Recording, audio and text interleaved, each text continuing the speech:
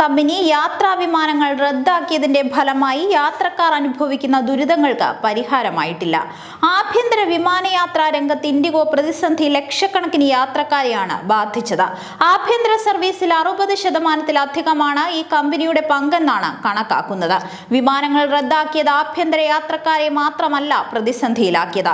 വിദേശങ്ങളിൽ ജോലിക്ക് പോകുന്നതിന് രാജ്യത്തെ വിവിധ അന്താരാഷ്ട്ര വിമാനത്താവളങ്ങളിലേക്ക് യാത്ര പുറപ്പെട്ടവർ വഴിയിൽ കുടുങ്ങി യാത്ര മുടങ്ങുന്ന സ്ഥിതിയുണ്ടായി.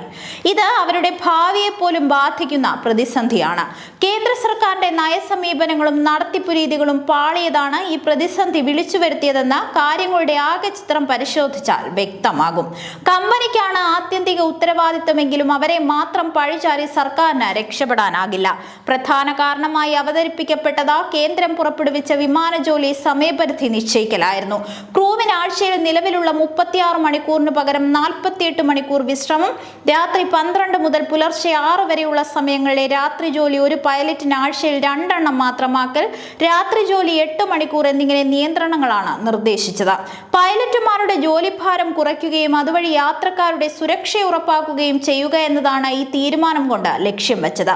FTTL മാനദണ്ഡങ്ങൾ 2024 ജനുവരിയിൽ പരിഷ്കരിച്ച് 2024 മെയ് 31-നാണ് പ്രഖ്യാപിച്ചത്.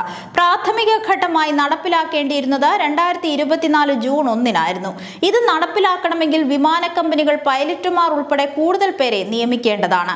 അതുകൊണ്ട് തന്നെ കമ്പനികളുടെ സമ്മർദ്ദത്തിന് വഴങ്ങി തീയതി നീട്ടി നൽകുകയും ചെയ്തു.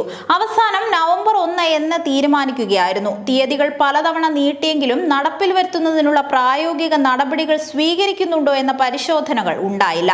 നടപ്പിലാക്കുക എന്നത് കമ്പനിയുടെ ഉത്തരവാദിത്വമാണെന്നതുപോലെ തന്നെ ജീവനക്കാരുടെ അവകാശവുമാണ്.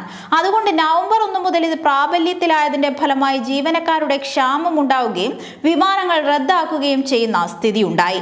അപ്പോഴും ഇടപെടാൻ സർക്കാർ തയ്യാറായില്ല. ഇതാണ് കഴിഞ്ഞ ദിവസങ്ങളിലെ കൂട്ട റദ്ദാക്കലിനും ദുരിതത്തിനും കാരണമായത്. നിർദ്ദേശങ്ങൾ നടപ്പിലാക്കുന്നതിന് ഏകദേശം 1.5 വർഷത്തിലധികം ലഭ്യമായിട്ടും കമ്പനികൾ തയ്യാറാകാതിരുന്നപ്പോൾ അത് പരിശോധിക്കുന്നതിന് ഒരു നടപടിയും ഉണ്ടായില്ലെന്നതാണ് പ്രധാന കാരണമെന്നതിനാൽ പ്രതിസന്ധിയുടെ ഒന്നാം ഉത്തരവാദിത്വം കേന്ദ്ര സർക്കാരിൽ നിക്ഷിപ്തമാകുന്നു. കേന്ദ്ര സർക്കാരിന്റെ ഉദാരവൽക്കരണ നയത്തിന്റെ പാളിച്ചകളിലേക്കും ഈ പ്രതിസന്ധി വിരൽ ചൂണ്ടുന്നുണ്ട്.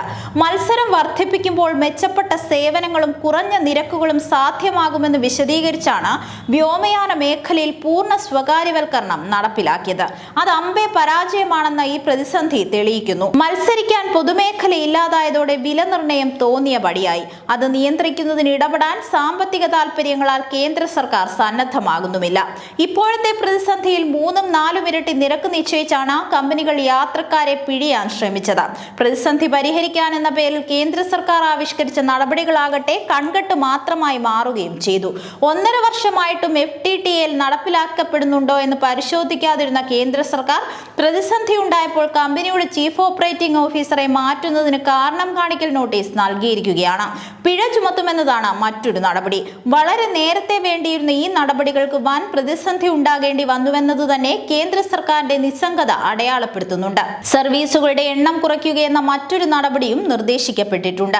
60%-ലധികം പങ്കുവഹിക്കുന്ന ഒരു സ്ഥാപനത്തിന്റെ ആഭ്യന്തര വിമാന സർവീസ് പകരം സംവിധാനം ഏർപ്പെടുത്താതെ കുറയ്ക്കുകയെന്നത് പ്രതിസന്ധി രൂക്ഷമാക്കുകയാണ് ചെയ്യുകയെന്ന് കണ്ടെത്താൻ സാമാന്യ ബുദ്ധി മാത്രം മതിയാകും. ഇതര കമ്പനികളുടെ കൊള്ള നിയന്ത്രിക്കുന്നതിനെന്ന പേരിൽ നിർദ്ദേശിച്ച പുതിയ നിരക്കുകൾ നിലവിലുള്ള നിരക്കുകളിൽ നിന്ന് ഉയർന്നതാണെന്നതും സർക്കാരിന്റെ പ്രതിബദ്ധത യാത്രക്കാരോടല്ല വിമാന കമ്പനികളോടാണ് എന്ന് തെളിയിക്കുന്നതാണ്. ഫലത്തിൽ കേന്ദ്ര സർക്കാർ സംവിധാനങ്ങളുടെ കെടുകാര്യസ്ഥതയാണ് പ്രശ്നങ്ങൾക്കെല്ലാം കാരണമായതെന്നതിൽ സംശയമില്ല. അതുകൊണ്ട് വിഷയത്തിൽ സ്വതന്ത്രമായ അന്വേഷണം നടത്തി കുറ്റക്കാർക്കെതിരെ നടപടിയെടുക്കേണ്ടത് അനിവാര്യമാണ്.